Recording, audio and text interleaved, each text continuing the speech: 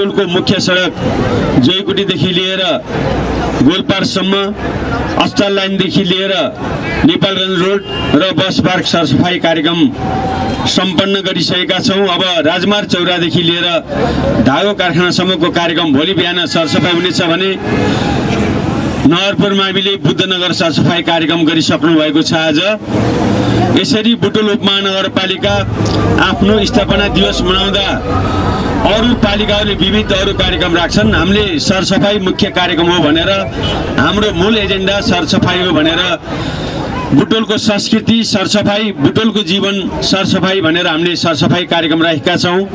हिजो नगर कार्यपालिकाको बैठकबाट अब हरेक बजेट लानुहुने सङ्घ संस्था, विद्यालय, कार्यालय, सडक बनाउने, विभिन्न कार्यक्रम गर्ने सबैले सरसफाई शाखामा आफूले सरसफाई गरेको प्रमाण ल्याएपछि मात्रै बजेट दिने गरी पास गरेका छौँ।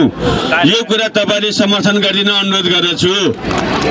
आजको कार्यक्रममा विद्यार्थी भाइ बहिनीले यति अनुशासित भएर काम गर्नुभयो।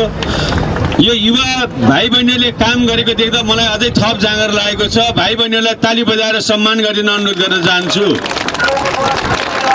अब बुटोल उपमहानगरपालिकामा मेयरको काम यो झाडु कुचो बोकेर हिँड्ने र सरसफाई गर्ने, बिहानमा गौशालामा गएर गोबर फाल्ने, गाई पाल्ने, गोबर फाल्ने, सडक सफा गर्ने जनप्रतिनिधिको काम यो हुनेछ। यो कुरा पनि यो कार्यक्रम मार्फत जानकारी गराउन चाहन्छु। हामीले धेरै ठुल्ठुला कुरा गऱ्यौँ। सानसाना यी जुन सहर सरसफाई राख्ने, सहर उज्यालो राख्ने, सहर हरियाली राख्ने काम भनेको सबैभन्दा महत्त्वपूर्ण काम हो।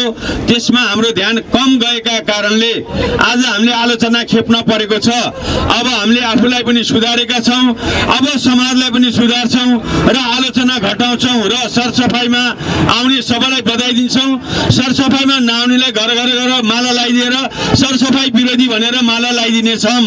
त्यो कुरा पनि तपाईँहरूको बिचमा राख्दै आज सरसफाइमा आउने सबैलाई धेरै धेरै धन्यवाद।